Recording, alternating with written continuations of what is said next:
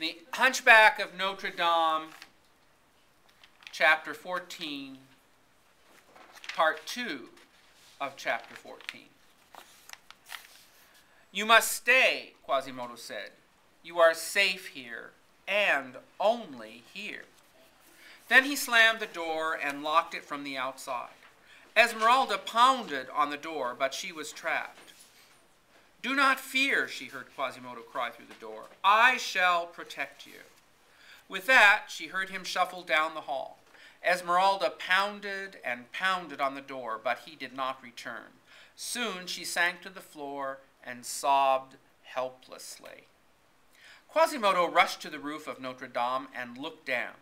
The beggars had totally surrounded the church. Some of them made ready to charge the door. Even the mighty doors of Notre Dame could not hold them back forever. In despair, Quasimodo searched for a weapon. He looked around until he saw a huge wooden beam the roof workers had been using. He ran to it. With his powerful arms, he lifted the heavy beam and carried it to the edge of the roof.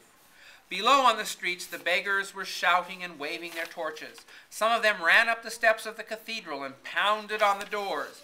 Others joined them. Soon 1,000 hands were pushing on the door. The door began to give way. "Look out," a beggar cried suddenly, pointing to the roof. The beggars by the doors looked up, but it was too late. A huge wooden beam came crashing down on top of them. With screams of pain and fear, the beggars scattered. Some of them were crushed like bugs under the heavy wooden beam. Their moans were heard above the shouts of rage. "It is the hunchback," a beggar cried. "He attacks us from the roof." All eyes looked up. There, on the edge of the high roof, Quasimodo danced in triumph. He ran back and forth and threw his hands into the air. Quasimodo mocked the crowd from his high tower. The beggars halted in fear. How could they fight a monster that rained death down on them from above? The king himself ran forward and rallied them. "The crazy bell ringer did us a favor," cried the king of beggars. Pointing at the wooden beam, he commanded us like a general leading an army. "Pick that up. We shall use it like a battering ram to break the doors of Notre Dame down." Another cheer erupted from the beggars, and many men ran to do as he ordered. He made ready to follow, but the king again laid his hand on my shoulder. "Stay, Pierre," the king commanded. "I want you to speak to this man."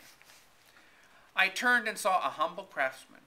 He was one of the men who worked on the roof of Notre Dame by day. The man leaned close to me and whispered in my ear. "There is another way to the tower," he told me. There is a ladder in the back of the church. It leads to the roof. Not even the hunchback knows it is there." "Then lead me to it," I cried. While I followed the craftsman, the beggar army lifted the beam and used it on the door. Once, twice, 3 times the ram battered the door. Still the doors of the cathedral held. High above, Quasimodo was desperate.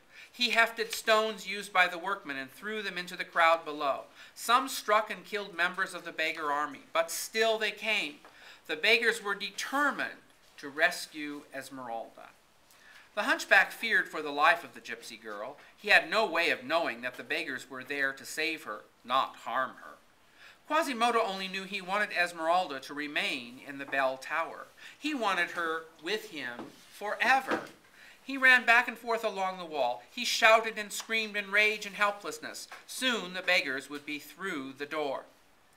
Then Quasimodo saw a huge cauldron with a flame under it. The cauldron was filled with molten lead. The workmen used the liquid metal to seal the cracks on the roof, but the hunchback saw another use for the hot, simmering metal.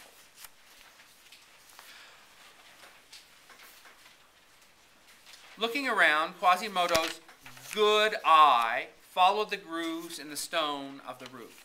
These grooves directed rainwater off the roof and into the streets below. Often Quasimodo watched the water flow off the roof through the mouths of his gargoyles and down into the streets. An idea crept into his mind. With a shout of triumph, Quasimodo grabbed the cauldron and tilted it. The hot metal spilled out. It glowed red in the darkness and sizzled and spat. Gallons of molten lead flowed into the stone grooves and ran like water. First steam, then melted lead flowed out of the mouths of a dozen gargoyles scattered along the roof. The hot lead spilled down into the street below. With a hot splash and a loud sizzle, the first drops of melted metal hit the beggars. There were screams of pain. There were shouts of fear. Many men fell and then burst into flames. Soon flames had spread everywhere. The hot lead rained death down on the beggar army. They dropped the wooden beam and ran for their lives.